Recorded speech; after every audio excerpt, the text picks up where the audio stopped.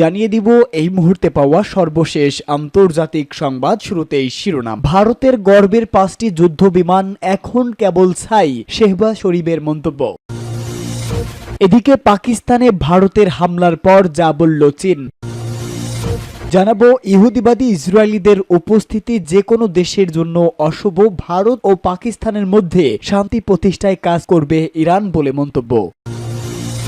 এবং সর্বশেষ জানাবো হুতিদের বিরুদ্ধে বড় পদক্ষেপের হুঁশিয়ারি ইসরায়েলি প্রতিরক্ষা মন্ত্রীর। এতক্ষণ শুনছিলেন সংবাদ শিরোনাম, এবারে বিস্তারিত। তবে তার আগে প্রতিদিনের আপডেট আন্তর্জাতিক সংবাদ সবার আগে পেতে ভিডিওটিতে একটি লাইক দিয়ে চ্যানেলটি সাবস্ক্রাইব করার অনুরোধ রইল। আর তার আগে জানিয়ে দিন কে কোন স্থান থেকে আমাদের সংবাদ শুনছেন অথবা দেখছেন।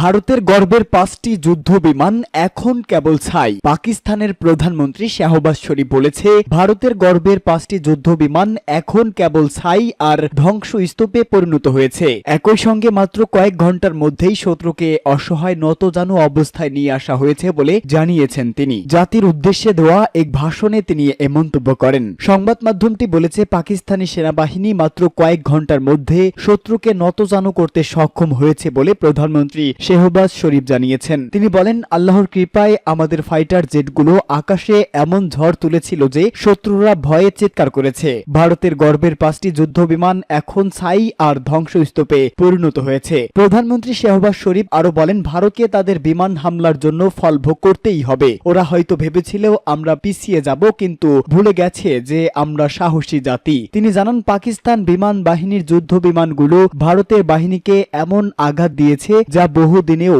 মেরামত করা যাবে না। শাহবাজ বলেন, ভারতের কাপড় সচিত হামলায় 26 নিরীহ বেসামরিক মানুষ নিহত হয়েছেন, 46 জন আহত হয়েছেন এবং আরো একটি শিশুর জানাজা পড়লাম। 7 বছরের ইর্তিজা আব্বাস। অবশ্য শাহবাজ 26 জন নিহত হওয়ার তথ্য জানালেও পাকিস্তানের সামরিক বাহিনীর মিডিয়া উইং আন্তঃবাহিনী জনসংযোগ পরিদপ্তরের মহাপরিচালক লেফটেন্যান্ট জেনারেল আহমেদ শরীফ 31 জনের মৃত্যুর তথ্য নিশ্চিত করেছে। এই ভাষণে প্রধানমন্ত্রী শাহবাজ শরীফ প্রতিশ্রুতি দিয়েছে, ভারতের বিমান হামলায় নিহতদের রক্তের প্রতিটি ফোঁটার বদলা নেওয়া হবে। তিনি বলেন, ওরা এমন এক কাপুরুষ শত্রু যারা নিরস্ত্র বেসামরিক নাগরিকদের উপর হামলা করে নিজেদের শক্তিশালী ভাবে, কিন্তু আমরা প্রমাণ করেছি যে পাকিস্তান আত্মরক্ষায় উপযুক্ত জবাব দিতে জানে। পুরো জাতি আমাদের সশস্ত্র বাহিনীর সাহস ও শক্তির প্রতি শ্রদ্ধা জানাচ্ছে। শাহবাজ শরীফ বলেন, পাকিস্তান আবারও প্রমাণ করছে যে প্রচলিত যুদ্ধক্ষেত্রে পাকিস্তানি বাহিনী শত্রুর তুলনায় অগ্রগামী। তিনি সেনাবাহিনী, নৌবাহিনী ও বিমান বাহিনীর শীর্ষ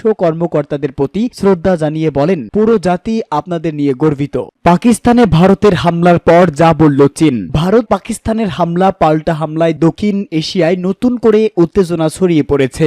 বিশেষজ্ঞরা আশঙ্কা করছেন, পারমাণবিক শক্তিধর দুই দেশ আবারও পূর্ণাঙ্গ যুদ্ধে জড়িয়ে পড়তে পারে। এমন পরিস্থিতিতে এবার মুখ খুলেছে বিশ্বের অন্যতম পরাশক্তি চীন। দেশটি দুপক্ষকেই সংযম প্রদর্শনের আহ্বান জানিয়েছে। চীনের পররাষ্ট্র মন্ত্রণালয় এক বিবৃতিতে ভারত ও পাকিস্তানকে সংযমের আহ্বান জানিয়ে বলেছে, শান্তি ও স্থিতিশীলতাকে সর্বোচ্চ গুরুত্ব দিতে হবে। বিবৃতিতে বলা হয়, আজ সকালে ভারতের সামরিক অভিযানের বিষয়টি আমরা জেনেছি। বিষয়টি অত্যন্ত দুঃখজনক। চলমান পরিস্থিতি নিয়ে আমরা গভীরভাবে উদ্বিগ্ন। চীনের পররাষ্ট্র মন্ত্রণালয় আরো বলেছে, ভারত ও পাকিস্তান সবসময় একে অপরের প্রতিবেশী ছিল এবং থাকবে। তারা দুজনই চীনের প্রতিবেশী। চীন সব ধরনের সন্ত্রাসবাদের বিরোধিতা করে। আমরা উভয় পক্ষকে আহ্বান জানাই, শান্তি ও স্থিতিশীলতার বৃহত্তর স্বার্থে সংযম প্রদর্শন করুন এবং এমন কোনো পদক্ষেপ নেবেন না যা পরিস্থিতিকে আরো জটিল করে তুলতে পারে। উল্লেখ, কাশ্মীরের পেহেলগাঁওয়ে সন্ত্রাসী হামলার জেরে মধ্যরাতে পাকিস্তানের বিভিন্ন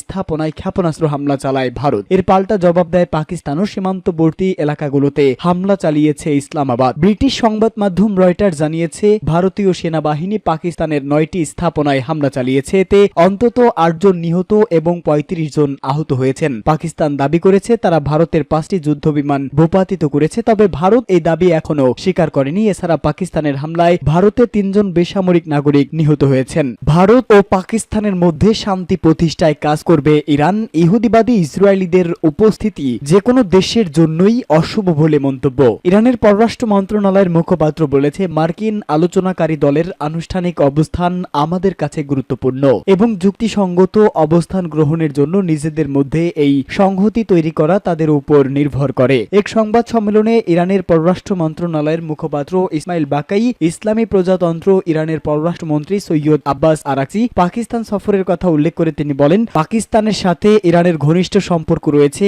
এবং প্রতিবেশী দেশগুলোর সাথে ইরানের ক্রমাগত এবং ঘনিষ্ঠ পরামর্শের কাঠামোর মধ্যেই ইরানের পররাষ্ট্রমন্ত্রী পাকিস্তান সফর। বাকাই বলেন, আঞ্চলিক বিষয়গুলি বিশেষ করে অধিকৃত ফিলিস্তিন, লেবানন, সিরিয়া এবং পশ্চিম এশিয়ায় আমরা যে সমস্যাগুলোর মুখোমুখি হচ্ছি সেগুলো নিয়ে আরাকচি তার প্রতিপক্ষের সাথে আলোচনা করেছেন। তিনি পাকিস্তানের প্রধানমন্ত্রী এবং প্রেসিডেন্টের সাথেও বৈঠক করেছেন। ইরানের পররাষ্ট্র মন্ত্রণালয়ের মুখপাত্র আরাকচি ভারত সফরের কথা উল্লেখ করে আরো বলেন, জয়েন্ট ইকোনমিক কমিশনের বৈঠকে অংশগ্রহণের জন্য আরাকচি ভারত সফরের পরিকল্পনায় রয়েছে এবং কয়েকদিনের মধ্যেই তা অনুষ্ঠিত হবে। হুতিদের বিরুদ্ধে বড় পদক্ষেপের হুঁশিয়ারি ইসরায়েলি প্রতিরক্ষা মন্ত্রীর। ইসরায়েলি প্রতিরক্ষা মন্ত্রী ইসরায়েল কাটস হুঁশিয়ারি উচ্চারণ করে বলেছে, ইয়েমেনের হুতিরা যদি ইসরায়েলের উপর হামলা অব্যাহত রাখে তাহলে তাদের উপর বড় ধরনের আঘাত হানা হবে। এক প্রতিবেদনে এ তথ্য জানিয়েছে ব্রিটিশ বার্তা সংস্থা রয়টার্স। সামাজিক যোগাযোগ মাধ্যম এক্সে ইসরায়েলি প্রতিরক্ষা মন্ত্রী ইসরায়েল কাটস বলেছে, যে কোনো হুমকি এবং যে কোনো শত্রুর বিরুদ্ধে ইসরায়েলকে নিজেদের রক্ষা করতে